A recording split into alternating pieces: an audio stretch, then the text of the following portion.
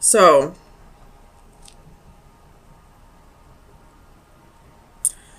this is kind of saying uh, two different things here. That actually, not two different things. It's just telling me two sides to a story. So, and I feel like it is split with the lines. So we do have new love here. We do have either this is a new person or somebody from the past who's coming back as a new person. So we have this person up here who's no longer trying to get the upper hand, who's trying to be more fair, trying to think things through a little more, a little more justly. Justly? I don't know. And then we have this person down here who is trying to work through something that happened in the past. And that's why I'm saying this love may be somebody from the past who's coming back as a new love. So they're trying to let go of the past. And they're kind of getting frustrated with the process, not allowing it to just unfold the way it's naturally meant to unfold. They're trying to force forgiveness, trying to force healing, trying to force letting go of the past, when I feel like the divine, the universe, spirit, whatever you believe in, is trying to say, this is a process that needs to be done slowly and steadily. So slow down. Try to, keep your cool about the situation. Try not to get too frustrated. Try to show a little more compassion to the other person. But allow things to happen the way they're meant to happen. So let's get some clarifiers and see if that's really what's going on. Sorry, let me click out of here.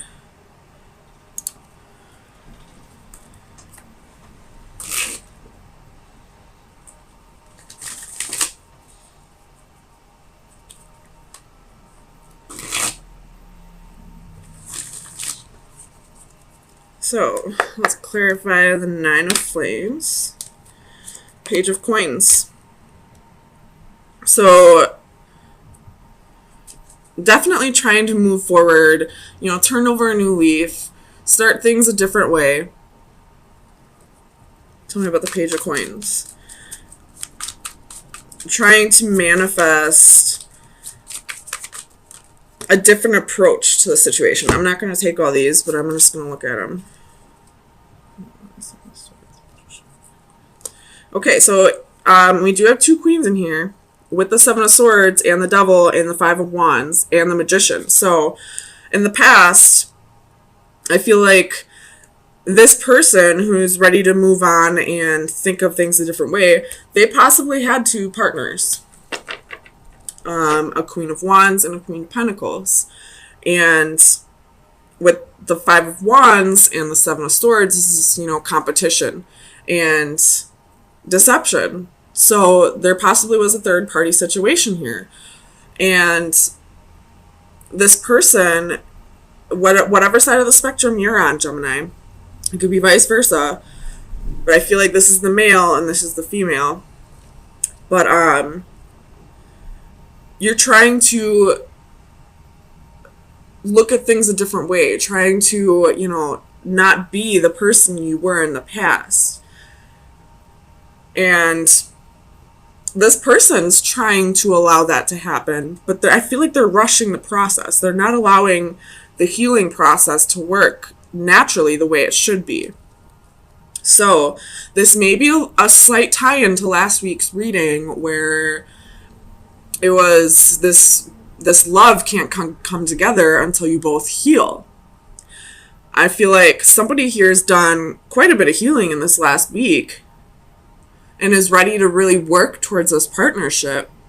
And this person also has been doing a lot of healing, but is trying to rush the process along. Trying to trying to move things too quickly, I feel like. Whereas, after this betrayal, after this deception, after this extreme hurt that she's been through, she just needs to take things slow and not try to, rush through the stages of this process. Tell me about the 5 of Orbs. 7 of Cups.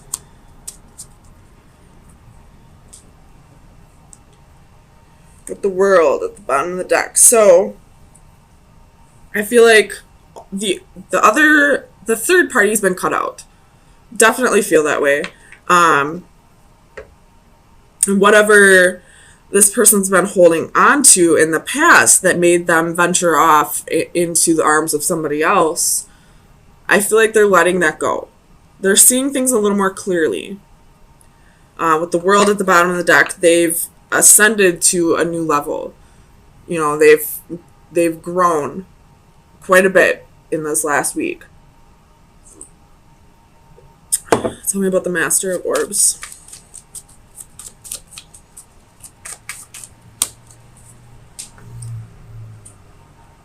Ace of Wands. So with the 9 of Cups at the bottom of the deck. So whatever side you're on, whether you are the Master of Orbs or the Sage of Chalices, this king right here, which would be the King of Swords, he realizes where his heart truly lies, where his wish fulfillment is, where he feels this amazing passion with, and now he feels the love. Woo, abundance at the bottom of that, which would be the Empress. So he knows who his Empress is. And that's what's, made him really realize that he's got to kick this into high gear, because he probably almost lost you. You probably almost walked away. Whichever side you're on. So, he's really done the work this week. And I feel like it can be trusted because the Ace of Wands and the Ace of Chalices are upright. The Page of Coins is upright. The Master of Orbs is upright. He's being truthful. He's communicating with you. He's letting you know that he was wrong and he's ready to work past this. So tell me about the Sage of Chalices.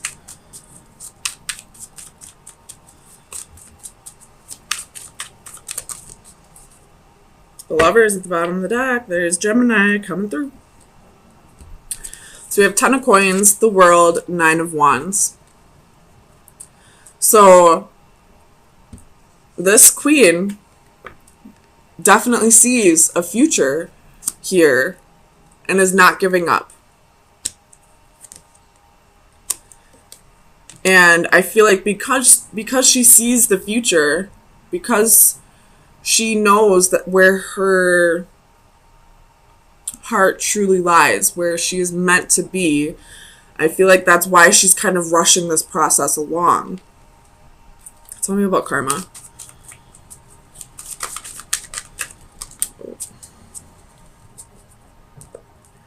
The Empress again at the bottom of the deck. Somebody could be pregnant. And that may be why we have the Sage of Chalices reversed, because the Queen of Cups reversed can be somebody who's emotionally imbalanced. And pregnancy causes emotional imbalances. We got the Ace of Chalices, Ace of Wands, the Empress twice. There may be a pregnancy. But with karma, we have the Knight of Wands and the Three of Cups. So definitely a third party situation. In the past. In the past, you guys. Don't freak out on this person. If there was a third party situation, this person more than likely told you about it. Because he is in the upright. The King of Swords in the upright does not lie. He communicates. So the karma is definitely, learning to forgive each other. She needs to forgive him. He needs to forgive himself. And both of you need to work past that.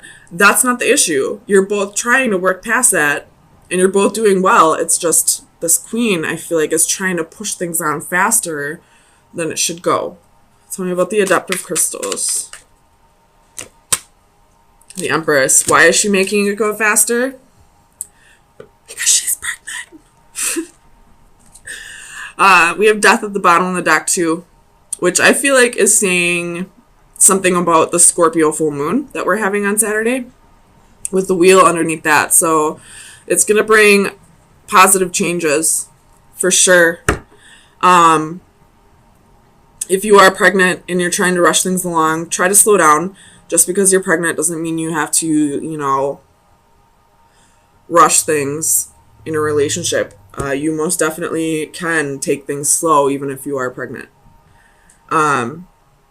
If that is not the case, though, either way, this queen needs to slow down and take things the way they should be going. You just healed or are in the process of healing over something traumatic, something that hurt you very deeply. And although this person is definitely being truthful and wants to give things a second chance, you do have to take things slow. It doesn't matter how far your relationship progressed in the past. You are being told to start over. Because now you're two completely different people. You got to get to know each other all over again. You don't know for certain if this person is your person still. I have a pretty good feeling you kind of know that this may be your person, but you still need to get to know this person all over again. You still have to start the process all over. So, let me get you some final advice. See where you should be directing your energy for the next week.